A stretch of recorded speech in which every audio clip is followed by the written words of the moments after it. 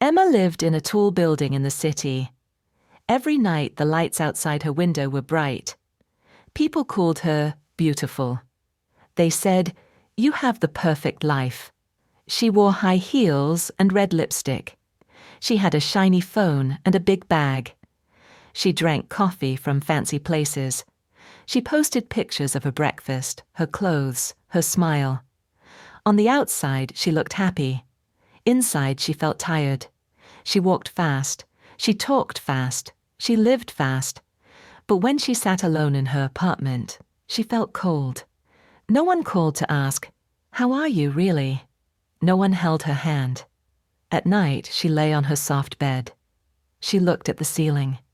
She whispered, "I feel like I'm not real." Every morning, she put on makeup and a smile. She said to herself, "Smile for the camera, even when you want to cry." Her followers liked her pictures. They said, "You look amazing." But she thought, "They don't know me." Emma had many things, but she had no one to talk to when she was sad. No one saw her tears. She went to parties.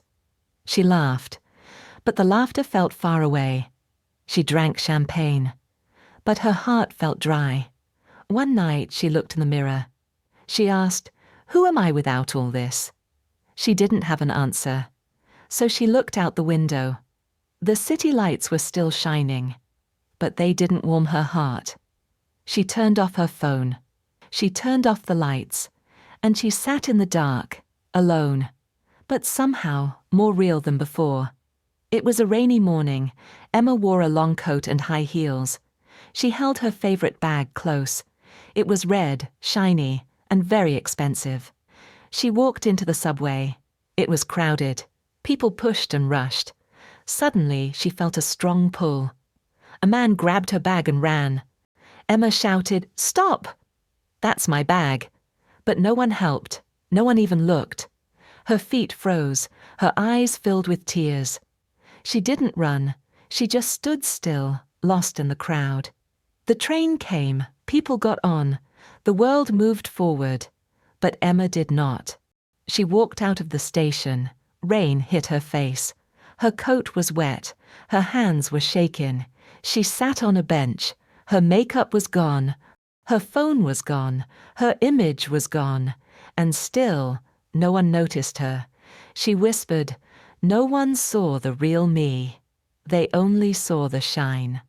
At that moment, she didn't miss the bag. She didn't miss the phone. She missed something else, something deeper. She missed the feeling of being seen, of being held, of being heard. Emma looked around. The city was loud, but her heart felt quiet. She looked at her hands, so soft, so clean, but they had never held anything real. She stood up and walked slowly. No phone, no music, no photos, just the sound of her own footsteps. For the first time in a long time, she wasn't thinking about what to post. She was thinking about who she really was. "When I lost my bag, I found my truth." She didn't go home. She didn't go shopping. She went to the train station. She bought a ticket, a one-way ticket, to her hometown. The train ride was long. Emma sat by the window. She watched the trees and fields go by. No tall buildings, no loud cars, no flashing lights. Just quiet, just green. She took a deep breath. For the first time in weeks, her shoulders relaxed. When she got off the train, the air smelled different. It smelled like rain, earth, and bread. Her small town hadn't changed much. The same small houses, the same slow buses, the same warm sky. She walked to her mother's diner. It was still painted yellow. There was a sign on the door. "Welcome! Come in and be yourself." Her mother was washing dishes. When she saw Emma, she smiled with her whole face. She didn't ask, "What happened to your makeup?" She didn't say, "Where is your bag?" She just opened her arms and said, "Come home, baby." Emma cried. Not because she was sad, but because she felt safe. She stayed in her old room. The bed was small. The air smelled like childhood. The next morning, she wore jeans and a plain shirt. She tied her hair up, no lipstick, no heels. She helped in the diner. She served coffee. She cleaned tables.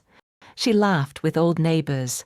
An old man said, "You're that city girl, huh?" Emma smiled and said, "Not today." Later, a little girl came in with her mom. She looked at Emma and said, "You are pretty when you smile for real." Emma froze. She didn't know what to say. Then she smiled. A real smile. Home is where you can be ugly and still loved. That night, Emma sat outside under the stars. No noise, no rush, only crickets and her own thoughts. She didn't check her phone. She didn't miss the likes. She missed nothing. She felt full for the first time in a long time. Emma woke up with the sun. No alarm, no rush. Just birds singing outside her window. She made tea for her mom. They sat at the kitchen table. No one talked much, but it felt warm. After breakfast, Emma went to the backyard. There were tomatoes growing. She touched the leaves. They smelled fresh, real. A neighbor waved from across the fence. "Need help?" she asked. Emma smiled. "I don't know what I'm doing," she laughed. "That's okay," the neighbor said. "Nobody really does. Real life is not perfect, but it is real."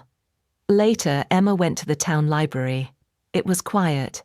She picked up a book she used to love. She sat by the window and read for hours. No one took her picture. No one asked her to smile. She met some local women at the library. One was a baker. One was a school teacher. One made candles by hand. They invited her to join a weekend market. Emma said yes. At the market, she helped sell homemade cookies. She wore an apron. She had flour on her nose. And she laughed, loud, free, unfiltered. A man walked by and said, "You look different from your pictures." Emma looked up and said, "Maybe because this is the real me." That night, she sat with her new friends by a fire. They shared stories.